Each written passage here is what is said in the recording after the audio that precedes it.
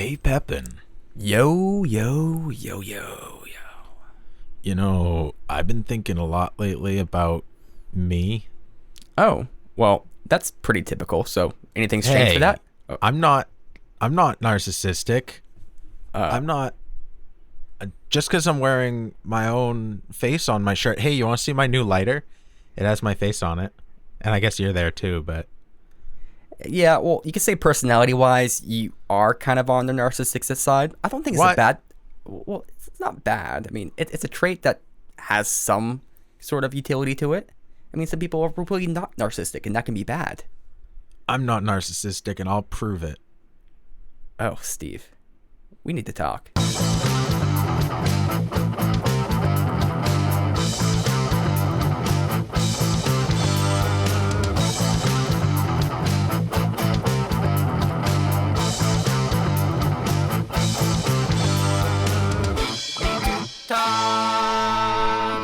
Welcome back. So glad you guys could join us. I am here once again with my best friend Nathan. Pepin, how's it going today, Pepin? Yo, yo, I am doing well. It is a little bit hot in here, but it's okay because we are going to be talking about something personality. But how are you doing, Meter? I'm doing great, thanks. Yeah, I'm excited to talk about personality. You had me pay real American dollars in order to take a very specific test that I have not gotten all the way through actually reading my results yet. So some of these results are going to be live, and we'll compare them and talk about them and talk about personality in general. And so this personality test is actually scientifically verified. So not to talk bad about Myers-Briggs. Myers-Briggs is the big one that people know. INTJ, INTP, EFNP, blah, blah, blah. But you know, all those different like letters. So that one is a common one people will look at, but they've studied it scientifically. It doesn't have too much correlation. Some people, say it's more like a cold reading test than anything else. I mean, not that there's not value there, but this is a personality test that has been scientifically verified. So it comes from a Big Five personality. So this is a 10 scale personality test. Essentially takes the Big Five and breaks it down into like two more components for each, trait. But essentially the Big Five was a personality model that was actually statistically derived. So what they did is they just had people fill out all these psychological questionnaires, and then they did a statistical analysis of that, and then popped out these 5 different dimensions. And then this author, he essentially took it and broke it down into a further, 10 dimensions. So, 10 dimensions to the 5. And it's one of the most accepted, say, personality criteria out there. It's kind of the de facto one because it's actually, well verified, well studied. So this is the one that we both took. It cost a little bit of money, but at the very least, it's, not one of these Facebook quizzes where it doesn't tell you anything. Now, I'll be honest, Myers-Briggs is the most accurate for me personality test I've ever taken. Really, I was insanely impressed with it when I took it, and was definitely think that it matched to me better than any other personality test I've taken. So I'll be interested to see how understandmyself.com and their Big Five, Big 10 compares to my personal relationship with the Myers-Briggs. Mm-hmm. I will say that it's not going to be as, say, like, oh, this explains me, because it's more accurate, but maybe less in depth, if that makes any sense. Like, Myers-Briggs says things that apply to everybody. Like, someone could read one personality test, and it has a lot of transference over to others. But I don't think that's true. Mm-hmm. Like, I read through a lot of the other Myers-Briggs ones, and there were some that correlated with me to some degree, but there were none that matched me to the same degree. And there were a lot that I was like, that doesn't fit me at all. Mm-hmm. Mm-hmm. Yep. Fair enough.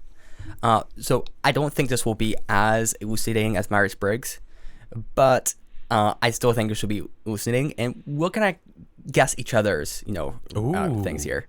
So we'll kind of give the overall trait. I'll kind of go through a quick little overview of the traits and how they break down. So essentially, there's going to be 5 different traits. There's agreeableness, conscientiousness, extroversion, neuroticism, openness to experience. So those are the 5 traits. We'll kind of cover them in more detail as we get to them. But agreeableness has 2 components to it, so it kind of breaks down. So it's compassion and politeness. Conscientiousness breaks down to industriousness and orderliness. Extroversion breaks down to enthusiasm and assertiveness. Neuroticism breaks down to withdrawal and volatility. And openness to experience breaks down to openness, more generally, and intellect. And some of those, they're not completely descriptive. So like intellect, you might think, oh, that's how smart you are. Not really. It's more just like, say, what your interest is. So it doesn't tell you, if you're smart. It tells you that you're into smart things, essentially. So, but we'll go through those in more detail here. So, you have any questions or any thoughts there, Meter, before we get started? I think what might be cool is we describe what the thing is, and then we guess each other's in two different directions. One, we say whether we think that like I will say whether I think you are above or below average for this trait. And that's, based on the percentile, and then also guessing an exact number on top of that. And I'll be interested, whether I'm just gonna keep friendly score on the side just to see where we score on this between each other in the 10 categories. Let's do Pepin. Yep, and for those who don't really know the percentile sort of thing, essentially it's kind of like there's two different ends. So like say for agreeableness, there's like disagreeable and then there's agreeable, where there's the median, which is at 50% right there. So most people score at around 50. It's kind of lower or less there, but you could say you're an 82nd percentile if you score like say extremely low, or if you are very high. Well, how about we do it based off of what the actual thing shows? Like, okay, that does. Yeah, Nate. Everything has two sides. That's fair, but that's not what we need to go by. Okay, I just wanted to be clear. It wasn't like a because like in testing scores, it's like a gradual sort of thing up there. Like you get percentage correct there. It's not quite like that. It's kind of fair, and I think it's important that instead of saying that somebody scored in the 83 percentile, so better than 83, it's higher, because it's a scale. It's not any way to determine whether something is good or bad. Someone being in the 100% for agreeableness is not better or worse than somebody being 100 percentile for the disagreeableness or the 0 percentile for agreeableness. Hopefully that's convoluted enough for everybody to get confused and we can move forward.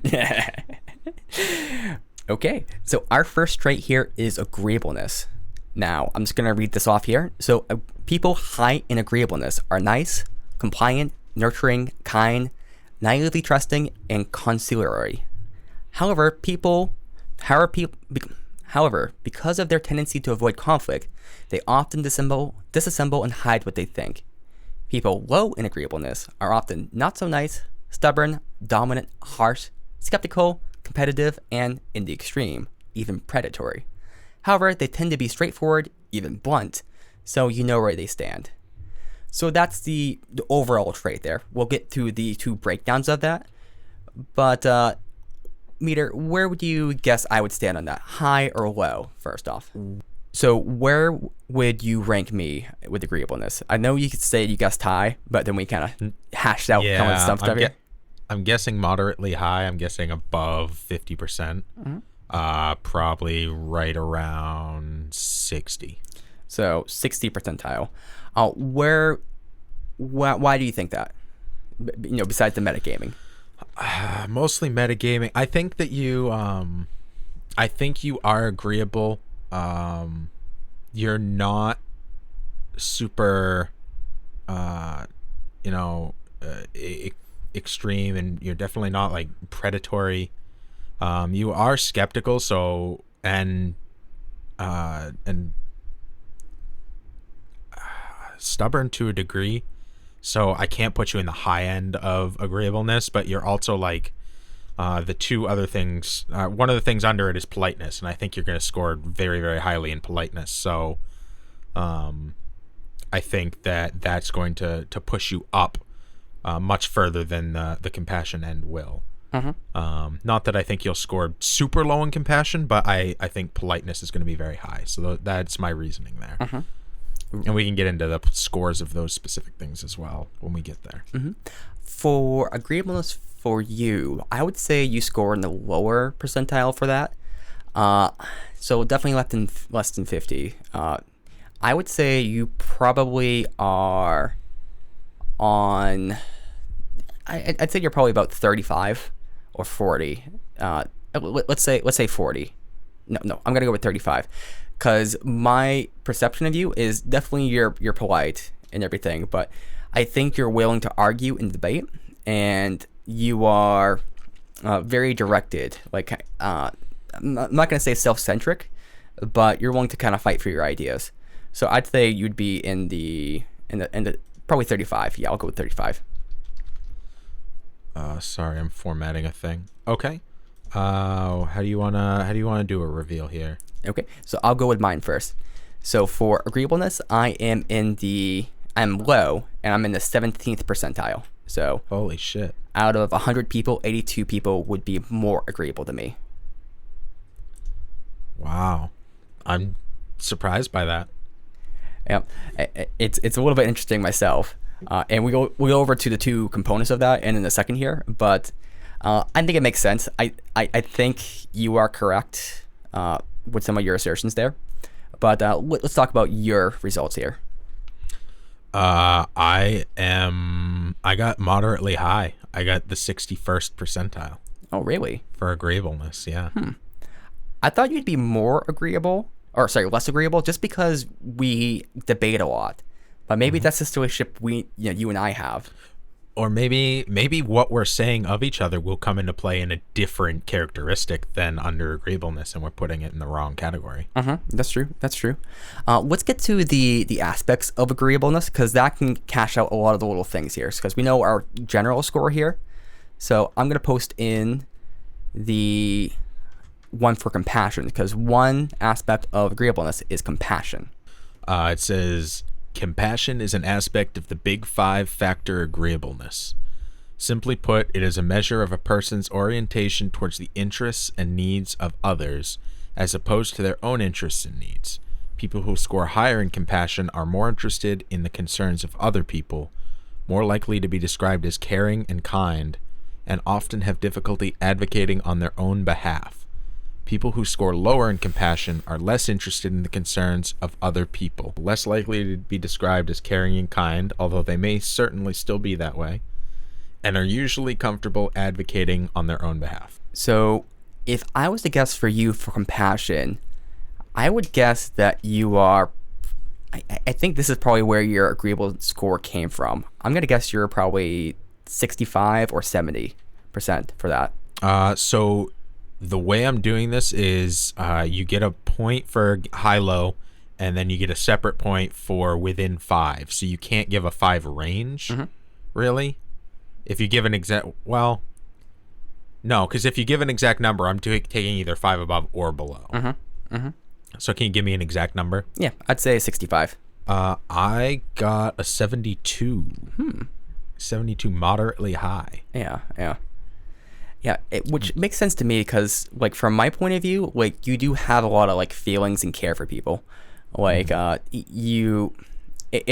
don't think you're ever paying lip service when you talk about people, and that you have like real like feelings there. Like whenever I tell you something, like like I got approved for something, I don't know what I'm talking about, got a raise, like you seem legitimately happy for that. And so I think you do have a real like concern and kind of like empathy there.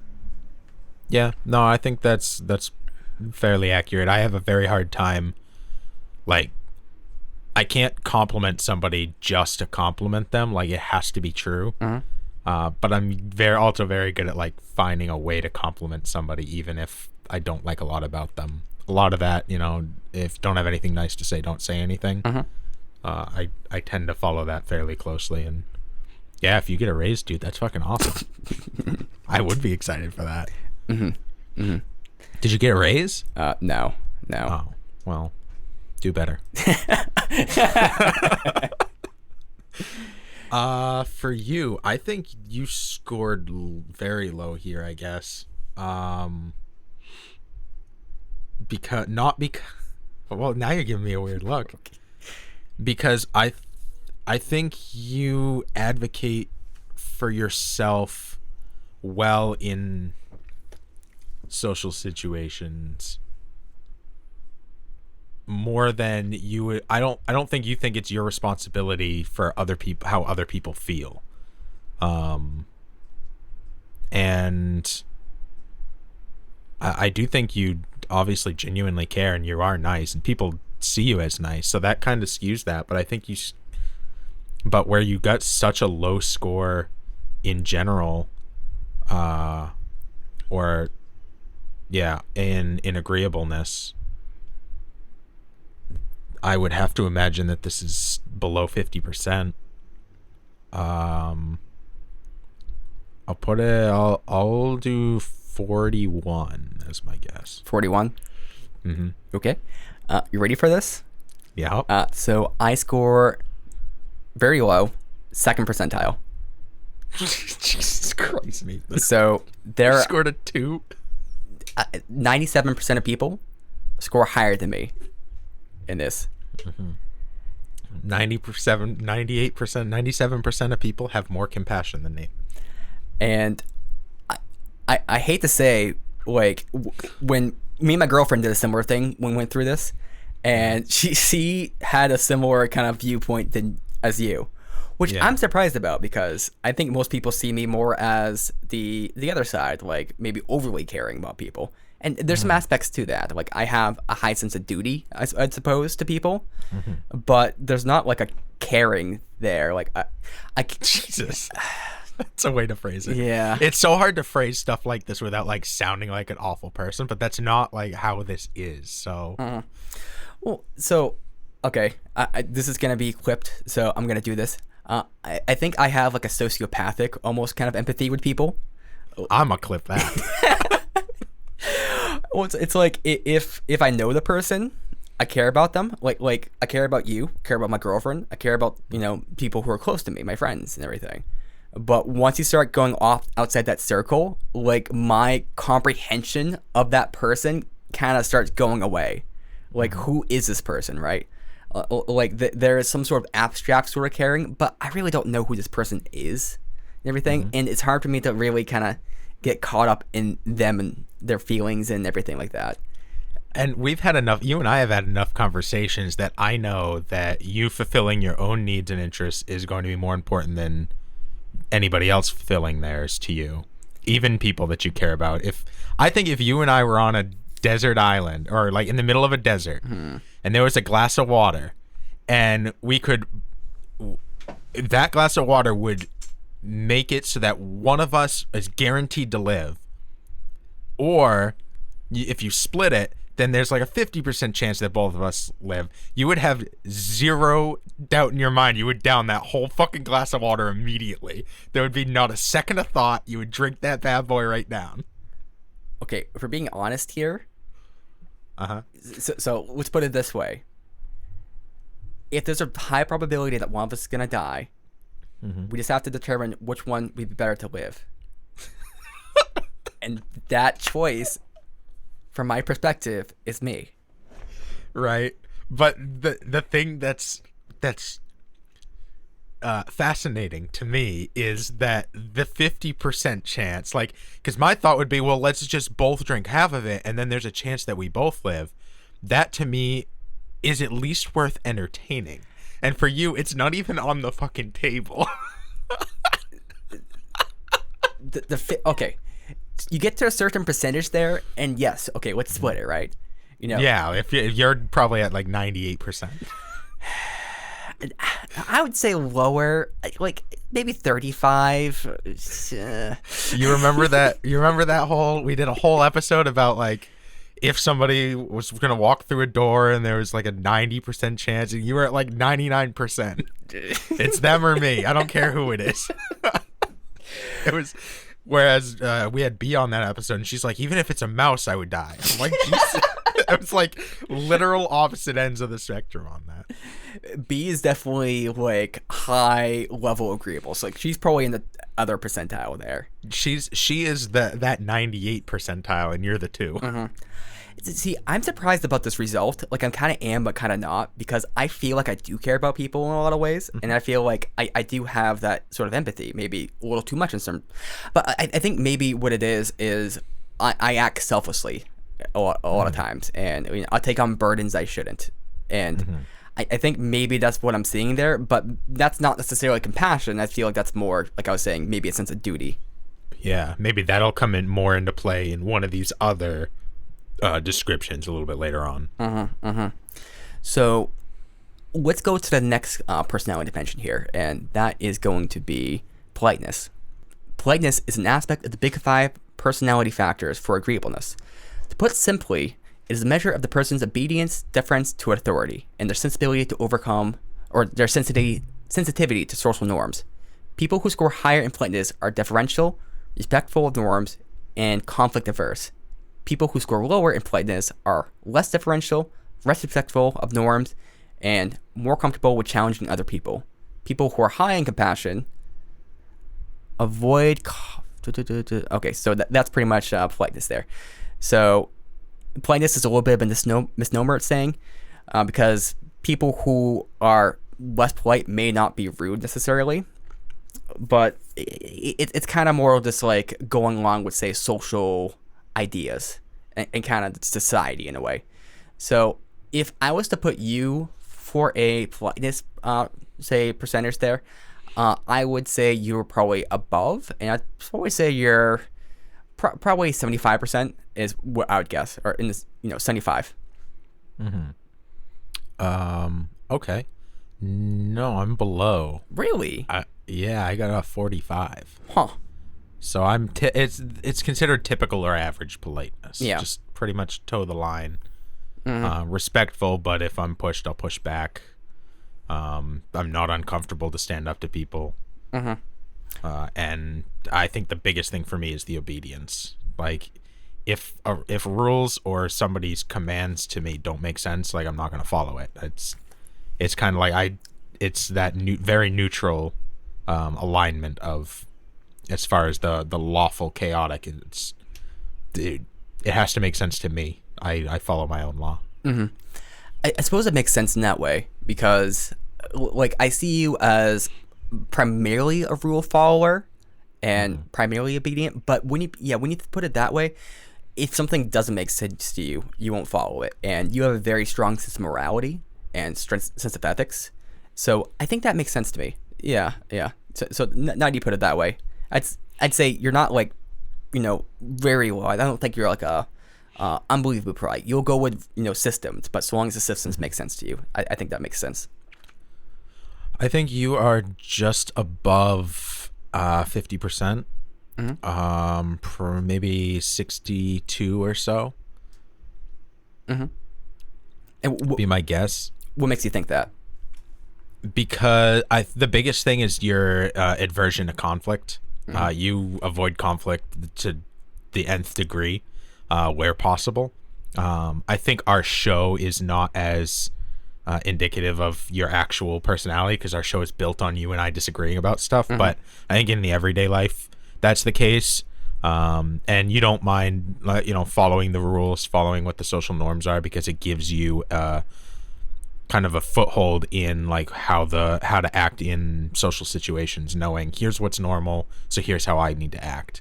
So I think you can find that comforting, but I don't think you would follow something that betrays like your like self. So I think that brings you down a little bit to the 60s. So I'll say 62. So I am 65. Ooh. So you're pretty close there. And I think everything you said was pretty much accurate. I think I am a bit more compliant than you are in a lot of ways. I'm less likely to kind of fight back. I'll kind of go with things.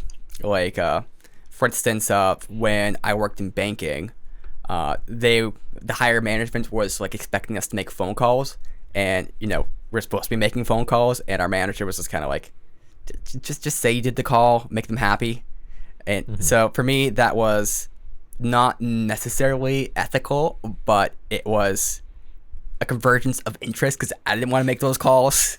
Yeah. They didn't care. These calls are stupid. So, kind of brush it under the rug. But yeah, if it was like a big issue, like, I don't know, something to do with fraud, I would not comply with that. So I think you're right about that.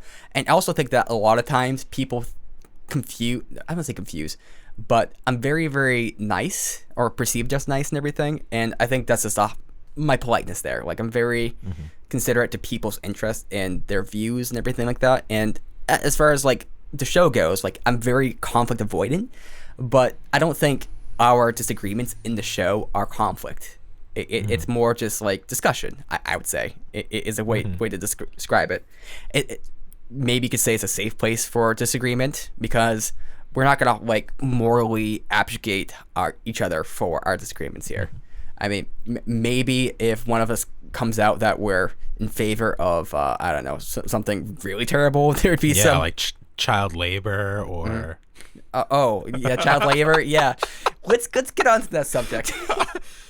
I'm confident that I'm going to offend you before the end of this, so that's where my not minding confrontation comes in, because I think it's important to have conversations like that, and this is definitely the place to do that, because we're gonna walk away with it just understanding that we had a conversation. It doesn't necessarily have to change our entire world views or each other's views. Yeah, I not to get too sidetracked, but I follow the Bayesian approach to this, where essentially the Bayesian approach to kind of like agreement or consensus is that you have where you start naturally. You might be more in favor or less in favor of something, but essentially if you're presented with somebody who seems reasonable, intelligent, and they provide a counter case to it, even if you don't agree with that, that should tip you more into that other side. And essentially, if both parties or all parties kind of go through that, you can achieve some, say, reasonable consensus on something. So that's kind of my viewpoint. It doesn't really matter where I am. It just matters that, if I'm exposed to some viewpoint that is reasonable, that I just shift my view in accordance to that, to the magnitude it was convincing to me. Even if it wasn't fully convincing, it still should shift me to some degree. That's fair. Yeah. I'm happy to shift my thoughts on something, but I have to believe it. I can't just say, oh, okay, yeah, that makes some sense, so I'll just go with it. That would never work for me. I'm happy to be convinced, but I have to be convinced. So talking about like agreeableness and kind of these aspects more in the general world, I've seen a lot of people who are, say, polite, or who I've seen a lot of people who are agreeable, like overly agreeable, like they're, I don't know, like pushovers. Yeah, that's the way to describe them. I've seen a lot of those people, and I've seen quite the opposite, where they are just very set in their ways, and nothing's going to change them. Like they are just set in their own mind, and there's kind of pluses and minuses to both of those, because some people, like, they're yes men, right? And yes men can be very effective in getting things done for people who have, say, the right directives. But then there's people who just follow, who are yes men, but they just go down these random paths and get taken advantage of.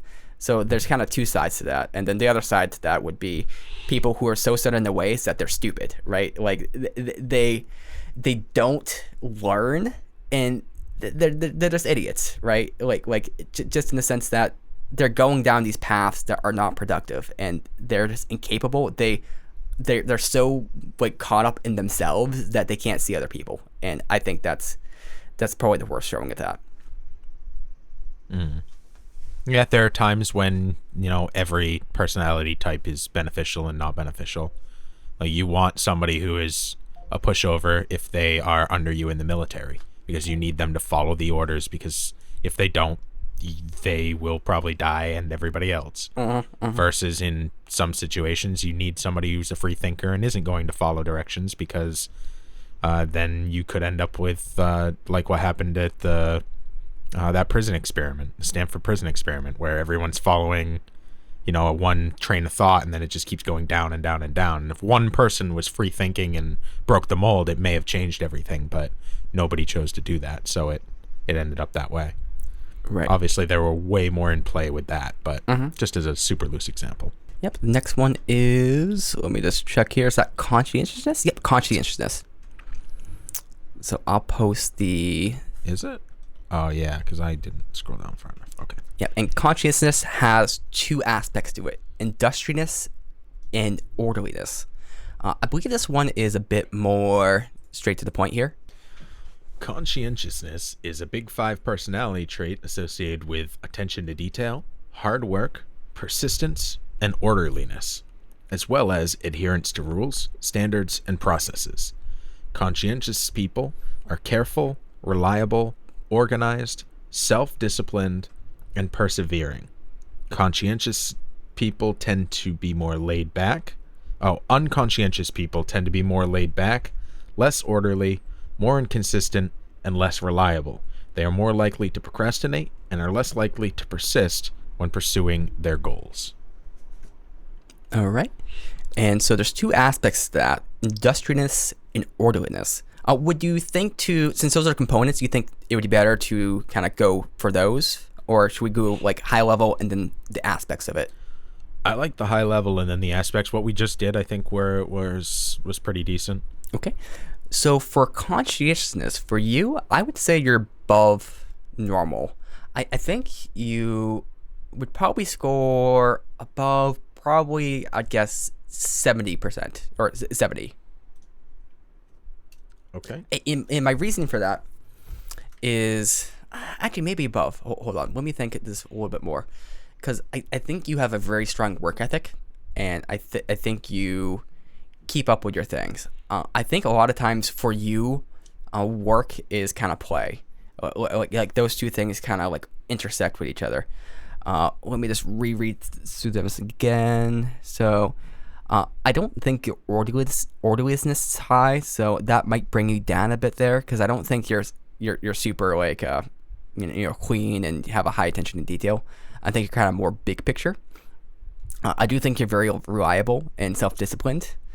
I do think you're laid back, but I don't think in a certain sort of way. I don't think I think you do procrastinate, but not in like a bad way. I don't think you're like a chronic procrastinator. So that's kind of my interpretation. So I'd probably put you at 70. I think I'm going to agree with that. Okay. I scored above 50. 72. Ooh, hey, close there. Yeah, you were really close. That's the closest we've seen so far, within 2. Nice. And I think pretty much what you said is right on. I think that's all very, very much on target. And we can dig a little bit more into that with the lower tier things, or the next level. Mm-hmm. Yeah, the aspects. So I think I would probably put you near the opposite of me in the aspects, but I think that ends up meaning that we average out.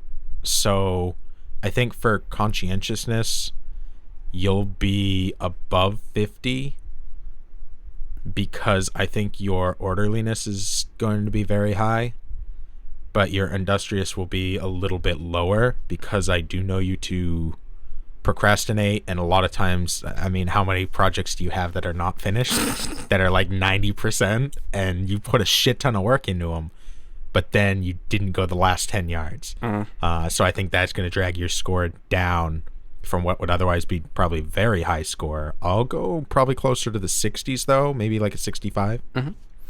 So for myself, I am 66. Oh my goodness. Wow, we know each other well on this one, huh? Yep. And everything you said there was pretty much accurate, I would say. And this one we might be able to go through a little bit quicker here. So yeah. Industriousness. Let me just get to that here, and I'll just read it out. Because out of the 5 aspects, this one is pretty straightforward, I'd say.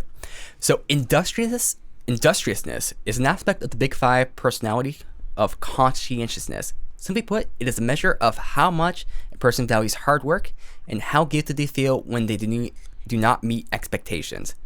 People who are higher in industriousness tend to finish what they start, adhere to schedules, and feel shame when they fail to meet their obligations.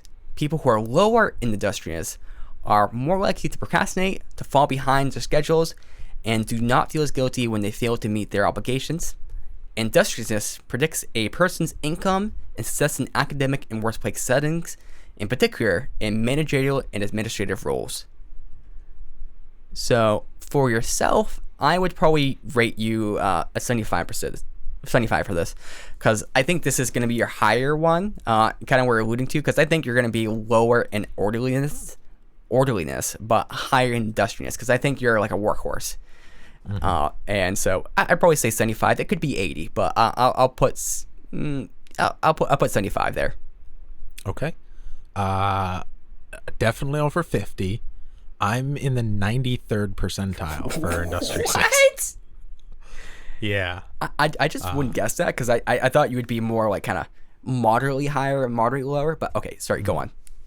No, I mean, I'm super interested in why you would think that. I mean, this is probably what I would put as, and I haven't read through all of mine, so I don't know the accuracy of this, but I would probably say this will end up being my highest, because when it comes to doing things, I'm always doing a thing. I now actually keep a physical schedule, because otherwise I just have too much stuff going on and I can't not. And when it comes to finishing a project, like, that's very, very important to me. And if I don't finish it, I see it as a failure, and eventually I will go back and finish it.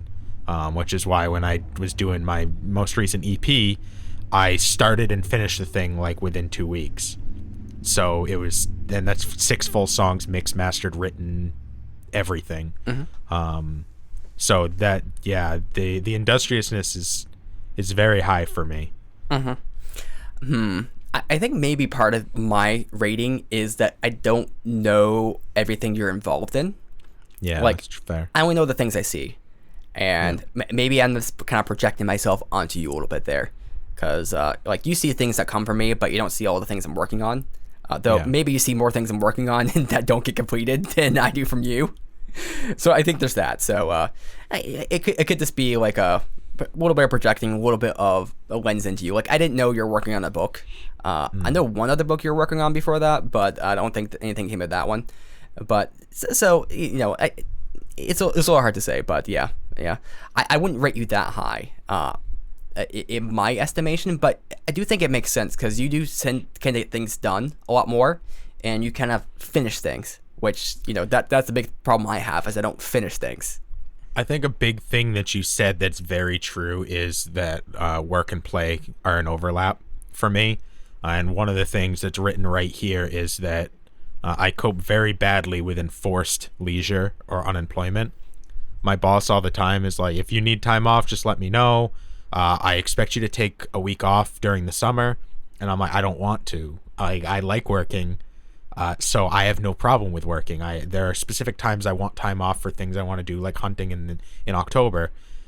But don't force me to take time off, because while that's relaxing for you, it is not for me. It's stressful for me to not be working, and I'll just work anyway. So like, I would rather get the credit for working than take the time off and work anyway and have it seen as leisure. That's a weird mental gymnastics on my end, but and then the other thing is staying ahead of schedule is a big deal for me. So if I get a task I need to do, try and do it immediately, because otherwise things build up and they get way too overwhelming way too fast. I think for you, you're going to be lower than 50 on this one, because of I think you can enjoy time off. You work hard. I don't doubt that for a second. You have a sense of duty when you're at work. When you're at work, you should be working. But I think that in personal projects and stuff, if they don't get finished, it'll probably eat at you a little bit, but it's not going to be like you feel guilty about it forever. It's going to be like, well, you know, I don't think you submit to the sunk cost fallacy as much as I do. And you're willing to cut your losses if you don't end up enjoying something. It's not worth your time. And you enjoy time off from work quite a bit more than I do. So I'd put you below 50. I don't think like massively though. Probably like 45. I'll go 44. So I'm at 56. Oh, okay. So I wouldn't say that's like too far off, because when you get into that kind of middle range, it's kind of all about That's the same. 12 points. Yeah, but I think everything you said was true. I think the main thing is I do feel a lot of guilt for not getting things done. I think one thing you said, though, was completely correct, where I don't feel guilt for not finishing a project necessarily. If it's something to do with work, though, there's a sense of duty there, and I feel guilt about that, like not meeting a deadline. If it's anything with other people, like I feel that pressure and that guilt. And I think that's maybe where I get bumped up a bit. If it's just to do with me, though, I don't have the same sort of level of scrutiny there. It's just kind of, it is what it is. So I think that's where I get kind of brought down. And maybe that's kind of difference between you and I, because I have more of a delineation between work and play. Like a lot of times my personal projects are more play, right? Which is why I don't kind of see them as like this, high level sort of thing. Whereas yourself, you don't see that differentiation there as much. So for you, kind of like having a schedule to work, or would say your personal projects is very important, where it's not for me.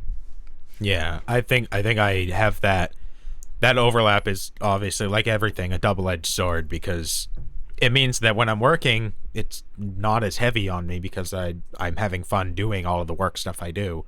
But it also means when I'm playing, I'm turning it into work for myself, and I've seen that in all of the projects that I do. I take them to 11 and I can't help myself. So it's super interesting there.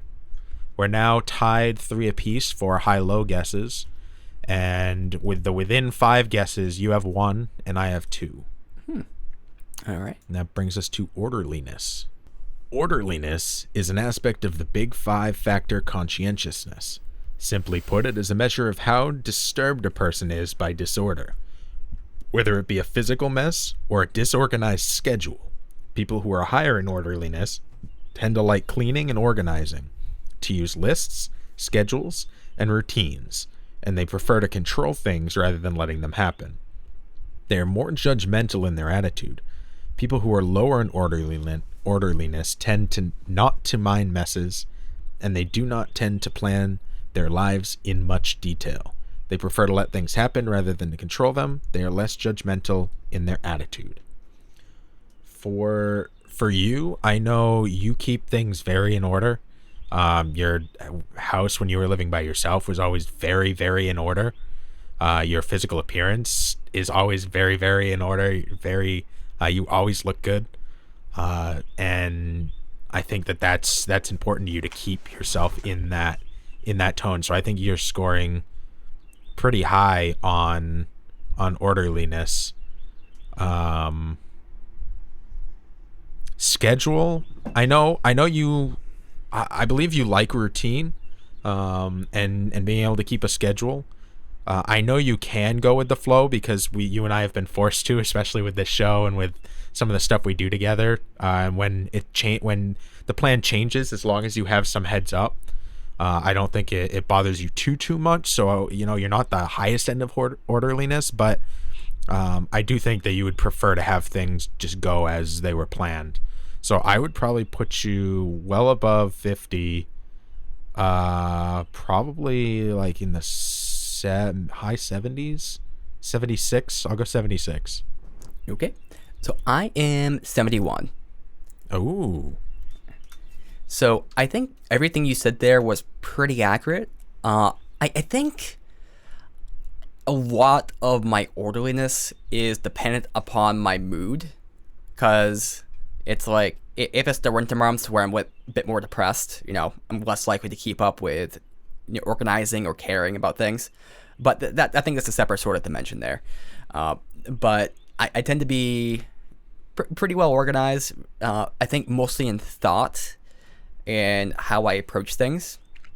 It's like I can't stand when just kind of like a free-for-all with things. And so, yeah, I would say that's pretty accurate. I do have a live and let live sort of mentality too.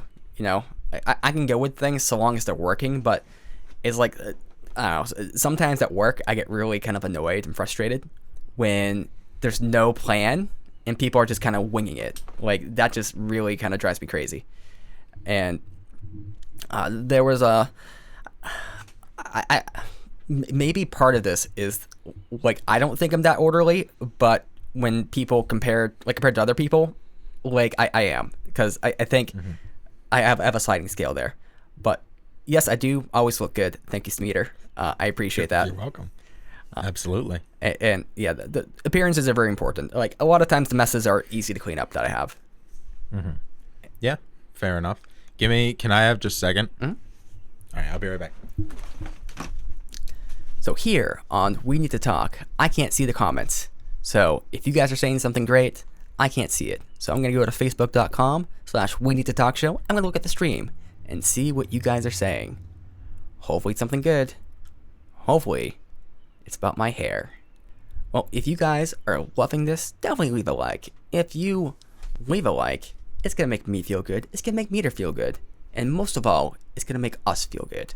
Because personality is a thing that happens to us through life, through divorce, through all the methods that interact on a subatomic level, bringing forth life into the world through audio, through music, through magic.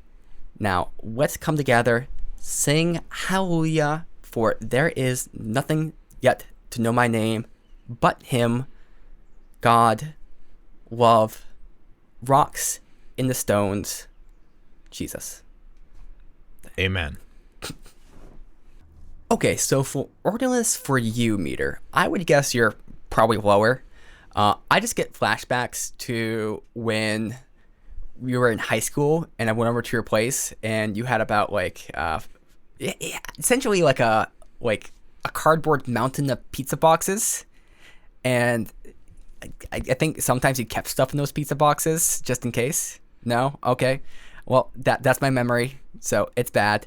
But there's a lot of pizza boxes there, like at least 50. Yeah, that definitely. Okay. Yeah. And things had never, I don't know. It's just kind of like you threw your stuff in there and just okay, this is where this is. Right. And, I think we all have drunk drawers there, but, I think like just your room was the drunk drawer. So I would rate you pretty low there. You do have a very much like a go with the flow kind of sort of thing. I do think that you do need some orderliness there because like with your schedules and everything. So I think I don't think you see. I think on the cleanliness side you're very low, but I think maybe on the other side you are a bit higher. So that makes this a little bit difficult to judge. So I would probably guess definitely below. I'd say maybe 45, slightly below. It's a little hard to guess though. Okay. I got a 30th percentile. Oh, damn, I should have gone with first guess. So, and I think what all you said is very much accurate. I don't suffer minor details. Oftentimes I don't take the time to fold all of my laundry the second it's done. Usually I'll start by just picking out the things I need from it. And then when I'm looking for something specific, or when I'm in a long phone call and I have my earpiece in and can just talk to somebody while I like to keep busy and do a thing, but I can do something that's mindless so I can focus on the conversation, then I'll fold laundry. But I kind of do it at my leisure. I don't match my socks up in the drawer. I don't have an organizer in my my silverware drawer. All the silverware just goes in the drawer. To me, it doesn't make any sense to have an organizer in there. Like, it takes me 1 extra second to find a spoon. Why does it matter whether I put it in that specific spot? I think I lose more time by taking the time to organize it than I would by just picking it from the drawer. So that is an efficiency thing for me more than anything. Nate's like losing his goddamn mind at even the thought of that. You had me at all the other things, but the silverware drawer? Yeah, why do you need to organize that? No. Why? Okay, it's just the sight of it. Okay, I get it if it's just like a utensil drawer, right? I mean, not like like tongs and stuff like that. Just throw all that shit in there. Oh, those are in there too. In the same. Yeah. Where the forks and spoons and knives are? Yeah. No. Yeah. They're all together. Those... They all belong in the same drawer. But you're definitely right. Like I put things places. I always know where things are, or most of the time I know where things are, or I can find it within. Like I was finding the pop filter. I thought it was in one spot, and then when it wasn't there, I'm like, oh, I know exactly where it is, and was able to find it immediately. But yeah, there's not the level of orderliness that you're at. Not even close. Yeah. And I think the schedule thing brings me up a little, but everything else brings me way down. Maybe the schedule thing brings you more up with the industriousness. Like, maybe that doesn't really affect the orderliness measure.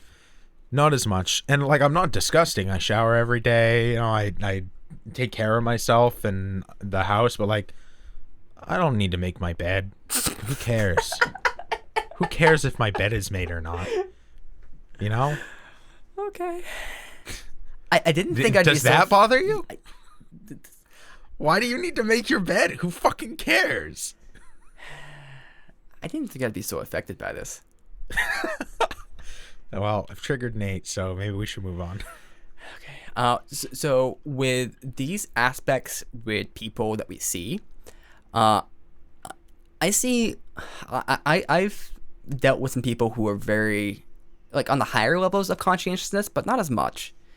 There's some people in school definitely who would work super, super hard, like unbelievably hard, and they got results, but I don't feel like they got, like, I feel like they had to work for those results like 10 times harder than I did, if that makes any sense. No, same. Yep. And there's some people like us who like barely worked at all, and we got great results. I mean, I graduated 10th out of the 250 something people in the class, and I barely did anything. My sister graduated second, only 8 spots above me, but she worked her ass off. Like, she earned second, and I fell into 10th. Yep. I remember one of the smartest kids in our class, Jimmy, and he, like, unbelievably smart. He was doing all of these like college level math classes, not just like Calc 2 or whatever, but like stuff beyond that. Didn't he like get perfect score on his SATs or something, like, or absurdly high? In the math section. I don't think the other sections were as high, but in the math section, he got a crazy score, and he passed the AP Calc, course like super easy. But he was incredibly lazy, and like he had all the levels of like unconsciousness and like also like maybe unorderliness and everything like that. Yeah. But crazy smart, and he kind of similar to like I think you and I just kind of fell into where he was with the class rankings. So I don't think I've seen too many people who are higher in conscientiousness in those aspects. I've seen some people who are like very high in orderliness. I think your stepmom being one. She seemed to be very, very particular about cleaning. But I think I've seen people who are more low in those kind of dimensions, and mostly people that I used to manage at that coffee shop, because they did not want to work. They did not care, and having sense of duty, sense of like anything, and you essentially just had to like force them to do anything. Yeah. So I've met a lot of people like that. So it could just be the job and the people it attracts. There's a good chance of that. It could just be that they're teenagers, right? So that's a big portion of it too, though some of them were adults. But that's kind of my view of that into the world. Yeah. No, very, very much the same.